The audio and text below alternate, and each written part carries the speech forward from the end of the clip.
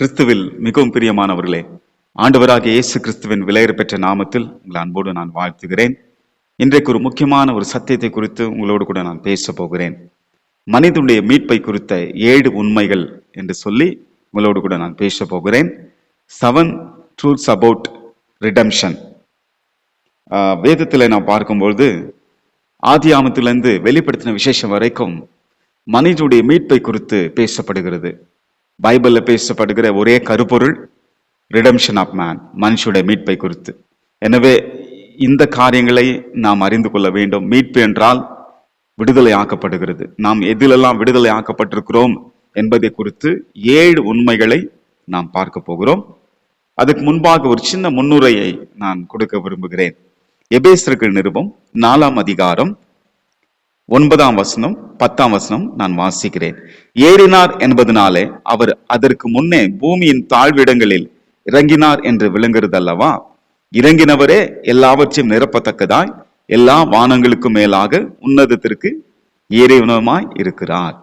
இங்கே ஏறினார் இறங்கினார் என்ற வார்த்தை அடிக்கடி வருகிறதை பார்க்க முடியும். அப்படி என்றால் என்ன என்றால் 4 குறிப்புகள் இருக்கிறது. அதாவது முதலாவது, ஆண்டவர் மனித அவதாரம் எடுக்கும் போது பரலோகத்திலிருந்து பூமிக்கு அவர் இறங்கினார். 2வது, ஆண்டவராகிய இயேசு கிறிஸ்து சிலுவையில மரித்த சமயத்துல தன் ஜீவனை கொடுத்து மரித்த பொழுது அவர் பூமியிலிருந்து பாதாளத்துக்கு இறங்கினார் என்று வேதம் சொல்லுகிறது. 3வது, மறுபடியும் பாதாளத்திலிருந்து அவர் உயிர்த்தெழுந்து, அதாவது கல்லறை வெடித்து அவர் மேல உயிர்த்தெழுந்தவராய் வரும்போது பாதாளத்திலிருந்து பூமிக்கு ஏறினார் என்று சொல்லி கர்த்தருடைய வார்த்தை சொல்லுகிறது. அடுத்து 4வது, அசென்ஷன் சொல்லுவாங்க, பரமேறுதல். ஆண்டவராகிய இயேசு கிறிஸ்து 40 நாட்கள் தன் சீஷர்களோடு பேசின பிற்பாடு அவர் பூமியிலிருந்து மறுபடியும் பரலோகத்துக்கு ஏறி சென்றார். இதுதான் ஏறினார் இறங்கினார் என்ற அந்த வார்த்தைக்கு ஒரு அர்த்தம். இப்படி ஏறினார் இறங்கினார் என்பதனாலே தேவனாய் கர்த்தர் நம்முடைய மீட்பை குறித்து அவர் என்ன செய்திருக்கிறார், எப்படிப்பட்ட காரியத்துல எல்லாம் நம்மை மீட்டிருக்கிறார், நம்மை விடுதலை ஆக்கிறார் என்பதை மிக ஒரு சுருக்கமான ஒரு காரியங்களை உங்களோடு கூட நான் பகிர்ந்து கொள்ள விரும்புகிறேன். முதலாவது, ஆண்டவர் நம்மை எதிலிருந்து விடுதலை ஆக்கி இருக்கிறார் என்றால் மாம்சிகத்திலிருந்து கர்த்தர் நம்மை விடுதலை ஆக்கி இருக்கிறார். ரிடம்ஷன் ஃப்ரம் கார்னலிசம், மாம்சத்திலிருந்து விடுதலை. வேத புஸ்தகத்திலே நாம் வாசிக்கிறோம். 1 பேதுரு 4ஆம் அதிகாரம் 2ஆம் வசனத்தை நான் வாசிக்கிறேன். ஏனென்றால் மாம்சத்தில் பாடுபடுகிறவன் இனி மாம்சத்தில் இருக்கும் காலம் வரைக்கும் மனுஷருடைய இச்சைகளின்படி பிழைக்காமல் தேவனுடைய சித்தத்தின்படி பிழைக்கத்தக்கதாய் பாவங்களை விட்டு ஓய்ந்திருப்பான். ஆண்டவர் முதல் நம்மை மாம்சீகத்திலிருந்து கர்த்தர் நம்மை விடுதலை ஆக்கியிருக்கிறார். இந்த உலகத்துல இருக்கிற வரைக்கும் மாம்சம், உலகம், பாவம், சாத்தான் இவைகள் நம்மை தொந்தரவு செய்யும். நம் ஆவிக்குரிய ஜீவத்துக்கு விரோதமாக எழும்பும். அப்பொழுது ஆண்டவர் நம்மை பாவத்திலிருந்து விடுதலை ஆக்கினது மாத்திரமல்ல, உலகத்திலிருந்து விடுதலை ஆக்கினது மாத்திரமல்ல, தேவன் நம்மை சாத்தானுடைய அதிகாரத்திலிருந்து நம்மை விடுதலை ஆக்கினதும் அல்லாமல் மாம்சீகத்திலிருந்து தேவன் நம்மை விடுதலை ஆக்கியிருக்கிறார். பவுலுடைய நிருபங்களை குறித்து நாம் வாசித்து பார்ப்போமானால், ஆவிக்கு விரோதமாய் மாம்சமும் மாம்சத்துக்கு விரோதமாய் ஆவியும் இச்சிக்கிறது என்று சொல்லி கலாத்தியர் 5ஆம் அதிகாரத்துல வாசிக்கிறோம். இது ஒன்றோடு ஒன்று எதிரடையாக இருக்கிறதுனால மாம்சத்தை நாம் ஜெயித்து ஆவிலே நாம் பிழைக்கும் போது இந்த மாம்சிகத்திலிருந்து ஆண்டவர் நம்மை விடுவிக்கிறதை நாம் பார்க்க முடியும். அருமையான தேவ பிள்ளைகளை, இப்படிப்பட்டதான் இந்த மாம்சத்திலிருந்து தேவன் நம்மை விடுதலை ஆக்கியிருக்கிறார். வேதம் சொல்லுகிறது, இந்த உலகத்துல நான் ஏற்கனவே ஒரு முறை சொல்லியிருக்கிறேன், இந்த உலகத்துல 3 விதமான மனிதர்கள் இருக்கிறார்கள். ஜென்ம சுவாபம் உள்ள மனிதர்கள், மாம்சம் உள்ள மனிதர்கள், அடுத்து ஆவிக்குரியவர்கள் என்று வேதம் சொல்லுகிறது. 1 கொரிந்தியர் புஸ்தகத்துல பைபிள்ல நாம் வாசிக்கிறோம். அப்போஸ்தலனாகிய பவுல் கொரிந்தியருக்கு எழுதும்போது அந்த காரியத்தை அவர் சொல்லுகிறார். 1ஆம் அதிகாரத்துல நாம் வாசித்து காட்டுகிறோம் பாருங்க. 1 கொரிந்தியர் 1ஆம் அதிகாரம் 14ஆம் வசனம். ஜென்ம சுவாபமான மனுஷனோ தேவனுடைய ஆவிக்குரியவைகளை ஏற்றுக்கொள்ளான், அவைகள் அவனுக்கு பைத்தியமாக தோன்றும், அவைகள் ஆவிக்கேற்ற பிரகாரமாய் ஆராய்ந்து நிதானிக்கப்படுகிறதானதால் அவைகளை அறியவும் மாட்டான். 15ஆம் வசனம். ஆவிக்குரியவன் எல்லாவற்றையும் ஆராய்ந்து நிதானிக்கிறான், ஆனாலும் அவன் மற்றொருவனாலும் ஆராய்ந்து நிதானிக்கப்படான். இங்க ஆவிக்குரியவன் என்று பேசும்போது அப்போ மாம்சத்துக்குரியவர்கள் இருக்கிறார்கள். அதனால 3ஆம் அதிகாரத்தை நீங்க வாசித்து பார்த்தா அதுல பவுல் சொல்லுகிறார், மேலும் சகோதரரே, 3ஆம் அதிகாரம் 1ஆம் வசனம், மேலும் சகோதரரே, நான் உங்களை ஆவிக்குரியர்கள் என்று எண்ணி உங்களுடனே பேசக்கூடாமல் மாம்சத்துக்குரியவர்கள் என்றும் கிறிஸ்துவுக்குள் குழந்தைகள் என்றும் எண்ணி பேச வேண்டியதாயிற்று. இவர்கள் இயேசுவை ஏற்றுக்கொண்டவர்கள் தான், கிறிஸ்தவர்கள் தான்.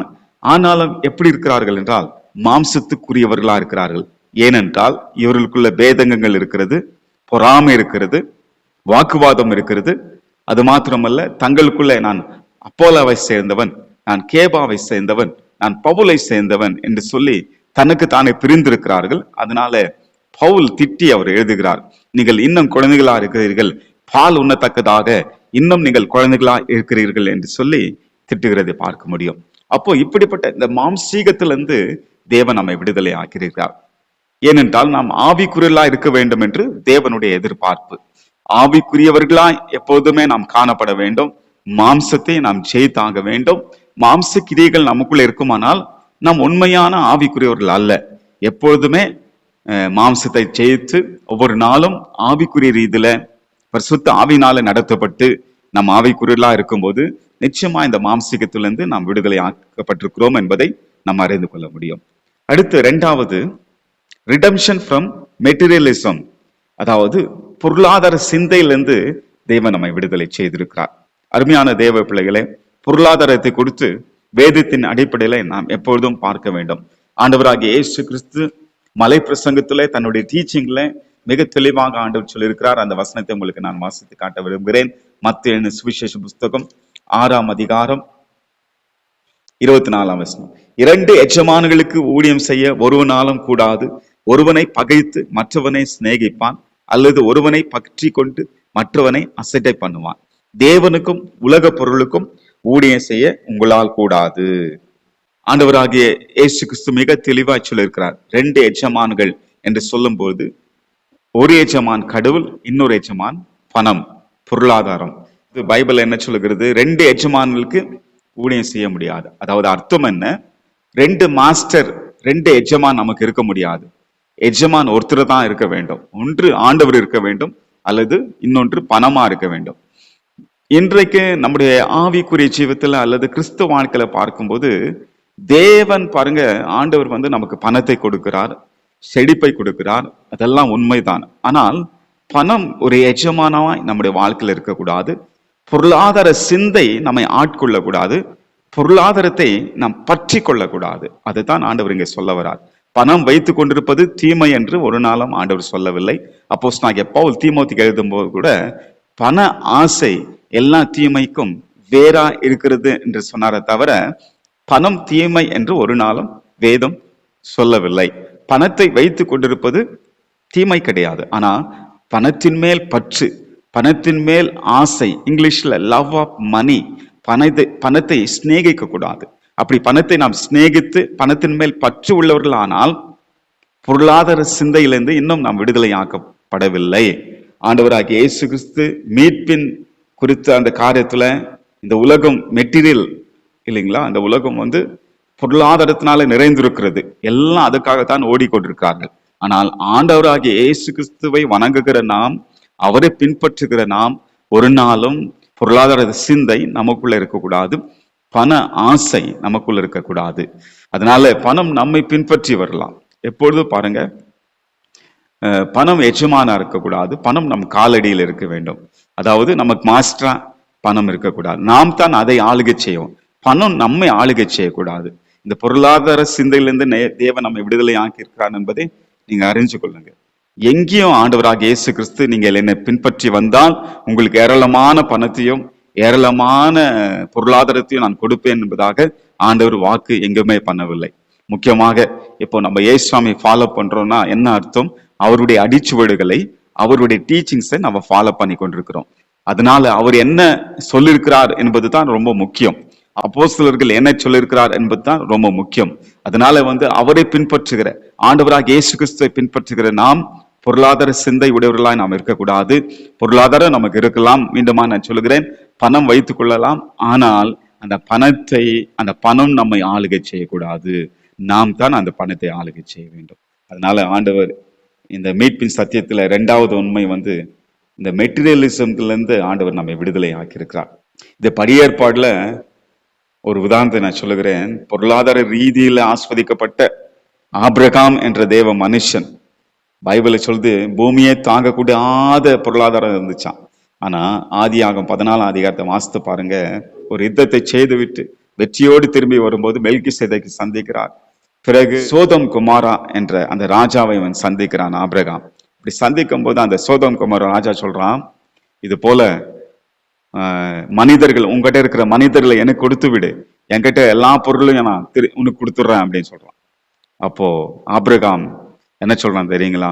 இது போல நீ என்னை ஐஸ்வர்யம் ஆக்கினேன் என்று மற்றவங்க சொல்லாதபடிக்கு நான் ஒரு லேஸ் கூட, ஒரு சரட்டை ஆகிலம், ஷூஸுடைய லேஸ்க்கு இது பாருங்க, அது கூட எனக்கு வேணாம். வானத்தையும் பூமியும் உடையவராகிய உன்னதமான தேவனிடத்துக்கு என் கரங்களை நான் உயர்த்துகிறேன். அப்படி என்றால் ஆபிரகாம் தனக்கு நிறைய பொருளாதாரம் இருந்தும் அதை பற்றி கொள்ளாமல் அவன் சொல்லுகிறான், நீ என்னை பணக்காரன ஆக்குனன்னு யாரும் சொல்லக்கூடாது. நான் என்னை ஆஸ்வதிக்கிற ஒரு தேவன் உண்டு. வானத்தையும் பூமி உடையவராகிய உன்னதமான தேவன் தான் என்னை ஆஸ்வதிக்கிறார் என்று படியேற்பாடு காலத்துல அவ்வளவு பெரிய பணக்காரனா வாழ்ந்த ஆபிரகாமே பணத்தை பற்றி கொள்ளாமல் தேவன் அவன் பற்றி கொண்டான். அப்போ பொருளாதார சிந்தையிலிருந்து தேவன் நம்மை விடுதலை ஆக்கிறார் என்பதை அறிந்து கொள்ளுங்கள். அடுத்து ரிடம்ஷன் ஃப்ரம் ரிச்சுவலிசம், அதாவது சடங்காச்சரத்திலிருந்து தேவன் நம்மை விடுதலை ஆக்கியிருக்கிறார். இயேசு கிறிஸ்துடைய மரணம் சடங்காச்சரங்களுக்கு சாவு மணி அடித்தது. மத்தேயு சுவிசேஷ புத்தகம் 27 அதிகாரம் 51 வசனத்தை வாசித்து பாருங்கள். திரைச்சீலை மேல் தொடங்கி கீழ் வரைக்கும் 2ஆக பிரிந்தது. அப்படி என்றால் அர்த்தம் என்ன? எல்லா செரமோனியல்ஸ் எல்லாம், எல்லா ரிச்சுவல்ஸ், எல்லா சடங்காச்சரங்கள் அத்தனையும் ஆண்டவர் உடைத்து எறிந்தார். இனி ஸ்பெஷல் பிளேஸ் கிடையாது, இனி ஸ்பெஷல் பர்சன் கிடையாது. அதாவது நமக்கும் ஆண்டவராகிய இயேசு கிறிஸ்துக்கும் மத்தியில, நமக்கும் தேவனுக்கும் மத்தியில ஒரு ஸ்பெஷலா ஒரு பர்சன் வந்து, ஒரு ஊழியரோ யாரோ வந்து நமக்காக ரெக்கமெண்ட் பண்ண முடியாது. அது மாத்திரமல்ல, இனி நம்முடைய வாழ்க்கையில பைபிளை சொல்லுகிறது, எந்த ஸ்பெஷல் பிளேஸும், சில சொல்லுவாங்க இல்லைங்களா, இங்க வந்தா உங்களுக்கு அற்புதம் நடக்கும், எங்க கிட்ட வந்து ஜெபிச்சிங்கன்னா உங்களுக்கு அற்புதம் நடக்கும் சொல்ல, அப்படி சொல்லவே கூடாது. ஆண்டவர் இந்த உலகத்துல எந்த ஒரு பிளேஸும் விசேஷமாய் கர்த்தர் மாற்றவில்லை, எந்த ஒரு நபரையும் விசேஷமாய் கர்த்தர் மாற்றவில்லை. பைபிளை சொல்லுகிறது, வெளிப்படுத்தின விசேஷம் 1ஆம் அதிகாரத்துல நாம் எல்லாரும் தேவன் முன்பாக, இயேசுவை விசுவாசிக்கிற எல்லாரும் தேவன் முன்பாக ஆசாரியர்களும் ராஜாக்களுமா இருக்கிறார். we are priests and kings என்று வேதம் சொல்லுகிறது. நாம் எல்லாரும் தேவனிடத்துல சேர்வதற்கு, தைரியமாய் அவருடைய கிருபாசனத்தில் சேர்வதற்கு ஆசாரியர்களா இருக்கிறோம். இனி நமக்கும் தேவனுக்கும் மத்தியில இயேசு சாமி மாத்திரமே, அவர் நாமத்தினால மாத்திரமே தேவ பிரசன்னத்துக்குள் நுழைய முடியும். இனி நமக்கும் தேவனுக்கும் மத்தியில இன்னொருவர் வந்து நமக்கு ரெக்கமெண்டேஷன் கொடுக்க முடியாது. இயேசுவின் ரத்தத்தை கொண்டு இனி தைரியமாய் அவரிடத்துல நாம் சேர முடியும். ஆண்டவர் எல்லா சடங்காச்சரத்திலிருந்து தேவன் நம்மை விடுதலை ஆக்கியிருக்கிறார். வேதம் சொல்லுகிறது, சடங்காச்சலை குறித்து எபிரேயருக்கு நிருபம் 9ஆம் அதிகாரம் 14ஆம் வசனத்தில் சொல்லுகிறது, செத்த கிரியையிலிருந்து அவருடைய ரத்தம் நம்மை விடுதலை ஆக்கி இருக்கிறது. டெட் ஒர்க்ஸ் என்று சொல்வார்கள், செத்த கிரியைகள். அதாவது கிறிஸ்தவர்கள் நாள் பார்க்க கூடாது, நேரம் பார்க்க கூடாது, ராக்காலம் யமகண்டம் என்று பார்க்க கூடாது, பூனை குறுக்க போச்சுன்னா சடங்கு என்று சகுனம் என்று பார்க்க கூடாது, எந்த சகுனத்தையும் எந்த நாளையும் எந்த காரியத்தையும் பார்க்க கூடாது. ஏனென்றால் எல்லா சடங்காச்சத்திலிருந்து தேவன் நம்மை விடுதலை ஆக்கியிருக்கிறார். 4வது ரிடம்ஷன் ஃப்ரம் லீகலிசம், அதாவது ஆண்டவர் வந்து நம்மை சட்ட திட்டத்திலிருந்து கர்த்தர் நம்மை விடுதலை ஆக்கியிருக்கிறார். நான் ஒரு வசனத்தை வாசிக்கிறேன். ரோமர்கள் நிருபம் 10ஆம் அதிகாரம் 4ஆம் வசனம், விசுவாசிக்கிற எவனுக்கும் நீதி உண்டாகும்படி கிறிஸ்து நியாய பிரமாணத்தின் முடிவா இருக்கிறார். அருமையானவர்களே, ஆண்டவராக இயேசு கிறிஸ்து சிலுவையில மரித்த சமயத்துல முடிந்தது என்று சொல்லி அவர் சத்தமாய் சொன்ன சமயம், டிஸ்பினிஷ்ட் என்று சொல்லி, முடிந்தது என்று சொன்ன சமயத்துல ஆண்டவர் ஒரு காரியத்தை செய்தார். பைபிளை சொல்லுகிறது, நியாய பிரமாணத்தை ஆண்டவர் முடிச்சு வச்சார். அதாவது எல்லா நியாய பிரமாணத்தும் ஆண்டவர் ஒரு முடிவுக்கு கொண்டு வந்தார். வேதம் சொல்லுகிறது, நியாய பிரமாணத்தை அடிக்கிறதுக்கு அல்ல, அவைகள் நிறைவேற்றுவதற்கே நான் வந்தேன். அதாவது தேவன் நியாய பிரமாணத்தை இந்த உலகத்துல கொடுக்கும் பொழுது அதை ஒரு பாவிக்கு எப்படி கொடுத்தார் என்றால், அவனுடைய பாவத்தை சுட்டி காட்டுவதற்காக ஆண்டவர் கொடுத்தார். இப்போ இயேசு கிறிஸ்து எல்லாவற்றையும் அவர் செய்து முடித்தார் என்பதற்கு அர்த்தம் நம்முடைய மீட்புக்காக ஆண்டவர் லீகலிசம் என்ற அந்த காரியத்தை, அதாவது சட்ட திட்டங்கள் நம்மை அடிமைப்படுத்தியிருந்தது, அதுல இருந்து தேவன் நம்மை விடுதலை ஆக்கியிருக்கிறார். இன்னொரு வசனத்தையும் உங்களுக்கு நான் சுட்டி காட்ட விரும்புகிறேன். அதாவது பைபிள்ல சொல்லுகிறது கொலோசியர்கள் நிருபம் 2ஆம் அதிகாரம், ரொம்ப முக்கியமான வசனம். 2ஆம் அதிகாரம் 14-15. நமக்கு எதிரிடையாகவும் கட்டளைகளால் நமக்கு விரோதமாக இருந்த கையெழுத்தை குலைத்து அதை நம் நடுவில் இராதபடிக்கு எடுத்து சிலுவையின் மேல் ஆணி அடித்து துரைதனங்களையும் அதிகாரங்களையும் உரிந்து கொண்டு விளங்கரமான கோலமாக்கி அவைகளின் மேல் சிலுவையிலே வெற்றி சிறந்தார். வேதம் சொல்லுகிறது நமக்கு எதிரடியா இருந்ததா. என்ன எதிரடியா இருந்தது? கட்டளைகள், நியாயப்பிரமாணம், நமக்கு விரோதமாக இருந்த கையெழுத்து. அப்போ இனி நடுவில் இராதபடி என்றால் நமக்கும் தேவனுக்கும் அது நடுவில் இருக்கக்கூடாது என்பதை குறித்து ஆண்டவர் அதை எடுத்து சிலுவையின் மேல் ஆணி அடித்து ஆண்டவர் என்ன பண்ணாராம், சட்ட திட்டங்களை கர்த்தர் என்ன பண்ணாரா, ஆணி அடிச்சு அதுல இருந்து நம்ம விடுதலை ஆக்கியிருக்கிறார். அதனால பவுல் என்ன சொல்றார், அதே அதிகாரம் 2:16, ஆகையால் போஜனத்தையும் பானத்தையும் குறித்தாவது பண்டிகைனாலையும் மாத பிறப்பையும் ஓய்வு நாட்களை குறித்தாவது ஒருவனும் உங்களை குற்றப்படுத்தாது இருப்பானாக. என்ன சொல்றார் பவுல்? நீ சட்ட திட்டங்களை குறித்து உங்களை யாரும் குற்றப்படுத்தக்கூடாது. தேவன் அதுல இருந்து உங்களை விடுதலை ஆக்கியிருக்கிறார். அருமையான தேவ பிள்ளைகளே, இது பெரிய சப்ஜெக்ட், நிறைய சொல்லணும்னா டைம் ஆயிடும். அதனால சுருக்கமா உங்களுக்கு நான் சொல்லுகிறேன். பரிசேயர்கள் சதுசேயர்கள் என்ன செய்தார்கள் என்றால், மனிதர்கள் மேல் இந்த கட்டளைகளை பாரமாய் சுமத்தினார்கள். அதனால்தான் ஆண்டவராகிய இயேசு கிறிஸ்து மத்திய 11ஆம் அதிகாரத்துல சொல்லுகிறார், வருத்தப்பட்டு பாரம் சுமக்கிறவர்களே நீங்கள் எல்லாரும் வாருங்கள், நான் உங்களுக்கு இளைப்பாறுதல் தருவேன், என் நுகம் மெதுவாயும் லகுவாய் இருக்கிறது, என்னிடத்துல கற்றுக்கொள்ளுங்கள் என்று சொன்னார். ஏனென்றால் இந்த லீகலிசம்னால ஜனங்கள் ரொம்ப வருத்தப்பட்டாங்க, சுமக்க முடியாத ஒரு பாரமா இருந்துச்சு. அதுல இருந்து தான் தேவன் நம்மை விடுதலை ஆக்கியிருக்கார். இன்றைக்கும் இந்த நியாய பிரமாணத்தை குறித்து நம்மை குற்றப்படுத்த முடியாது. ஏனென்றால் அதுல இருந்து முற்றிலுமாக ஆண்டவர் விடுதலை ஆகியிருக்கிறார். கலாத்தியர்கள் நிருபம் 3ஆம் அதிகாரம் 13ஆம் வசனம் சொல்லுகிறது, நியாயப்பிரமாண சாபத்திலிருந்து தேவன் நம்மை விடுதலை ஆக்கியிருக்கிறார். இயேசு சுவாமி நமக்காய் மரித்தது நிமித்தம் சிலுவையில ஆண்டவர் அந்த முள்முடியை சுமந்தார் பாருங்க. அதை எதை காட்டுகிறதா? சாபத்திலிருந்து விடுதலை ஆக்கியிருக்கிறார். எல்லா வித சாபத்திலிருந்தும். ஆதாம் ஏவாள் செய்த பாவத்தின் நிமித்தம் வந்த சாபம், தலைமுறை சாபம், அது மாத்திரமல்ல நியாயப்பிரமாணத்தின் சாபத்திலிருந்தும் தேவன் நம்மை விடுதலை ஆக்கியிருக்கிறார். 4வது நம்ம எதிலிருந்து கர்த்தர் நம்மை மீட்டெடுத்திருக்கிறார் என்றால் சட்ட திட்டங்கள், லீகலிசம்ல இருந்து கர்த்தர் நம்மை மீட்டெடுத்திருக்கிறார். அது மாத்திரமல்ல 5வது ரிடம்ஷன் ஃப்ரம் டிஃபிட்டிசம் என்றால் நம்மை ஆண்டவர் தோல்வியிலிருந்து கர்த்தர் நம்மை மீட்டெடுத்திருக்கிறார். பரிசுத்த ஆவியானவர் நம்மிடத்துல வரும்பொழுது பைபிளை சொல்லுகிறது, தோல்வி நிறைந்த பேதுரு, பயந்து கொண்டு மறுதளித்த பேதுரு தைரியமாய் சுவிசேஷம் அறிவித்ததை நாம் பார்க்க முடியும். அப்போ ஆவியின் வல்லமையினால நம்ம தோல்விகளை மேற்கொள்ள முடியும். அன்பான தேவ பிள்ளைகளை, கிறிஸ்தவர்களுக்கு தோல்வி முடிவு அல்ல. தோல்வி வராது என்று சொல்லவில்லை, தோல்வி வரலாம். தோல்வி வரும்போது அது நமக்கு தோல்வியாக தெரியாது. அந்த தோல்விகளை தேவன் படிக்கட்டுகளாய் மாற்ற அவர் வல்லவராக இருக்கிறார். அது மாத்திரமல்ல, தோல்வியை ஜெயித்து வெற்றியை கொடுப்பதற்காக தான் தேவன் நம்மை அழைத்திருக்கிறார். நம்முடைய பிறப்புரிமை வெற்றி என்பது ஆண்டவராகிய இயேசு கிறிஸ்து சிலுவையில அவர் நமக்காய் மரித்தது நிமித்தம் இந்த உலகத்துல நீங்க தோல்வியோடு வாழ்வது தேவனுடைய சித்தம் அல்ல. ஒரு ஆண்டுடைய பிள்ளை நிரந்தரமாய் அவன் தோல்வியோடு வாழவே மாட்டான். தோல்வியில விடலாம், தோல்வி அவன் கதவை தட்டலாம், தோல்வியில துவண்டு போய் விடலாம், தோல்வியின் ஆழத்துல கூட போயிடலாம். ஆனா அப்படியே அவன் இருக்க மாட்டான். ஏனென்றால் ஆண்டவர் அவனுக்காக மரித்திருக்கிறார். இயேசு கிறிஸ்து மரித்தது நிமித்தம் அந்த டிஃபிட்டிசம், அந்த தோல்வி மனப்பான்மையிலிருந்து, தோல்வியிலிருந்து தேவன் நம்மை விடுதலை ஆக்கியிருக்கிறார். 6வது ரிடம்ஷன் ஃப்ரம் ஃபேக்ஷனலிசம். ஃபேக்ஷனலிசம் என்றால் என்ன?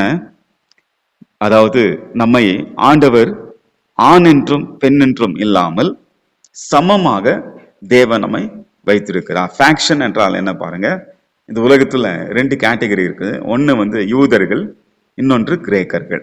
சரிங்களா? 2 குரூப் தான். புறஜாதிகள் என்று சொல்லுவாங்க. கிரேக்கர்கள் எல்லாம் ஒட்டு நம்ம எல்லாம் சேர்ந்து புறஜாதிகள். விருத்த சேதனம் உள்ளவர்கள், விருத்த சேதனம் இல்லாதவர்கள், அடிமைகள், சுயாதீனம் உள்ளவர்கள்.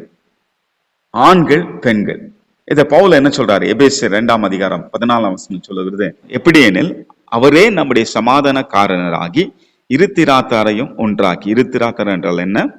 ஒன்று யூதர்கள், அடுத்து புறஜாதிகள். யூதர்களும் புறஜாதிகளை ஒன்றாக்கி பகையாக நின்ற பிரிவினை ஆகிய நடுச்சுவரை தகர்த்து சட்ட திட்டங்கள் ஆகிய நியாய பிரமாணத்தை தம்முடைய மாம்சத்தினாலே ஒழித்து இருத்திராத்தாரையும் தமக்குள்ளாக ஒரே புதிய மனுஷனாக சிருஷ்டித்து இப்படி சமாதானம் பண்ணினார். பைபிள் சொல்லுது, பகையை சிலுவையில கொன்று, அடுத்த வசனம் 16 பகையை சிலுவையில கொன்று அதனால இருத்திராதாரையும் ஒரே சரீரமாக தேவனுக்கு ஒப்புரவாக்கினார். அன்பானவர்களே, அதனால்தான் பவுல் என்ன சொல்றார்?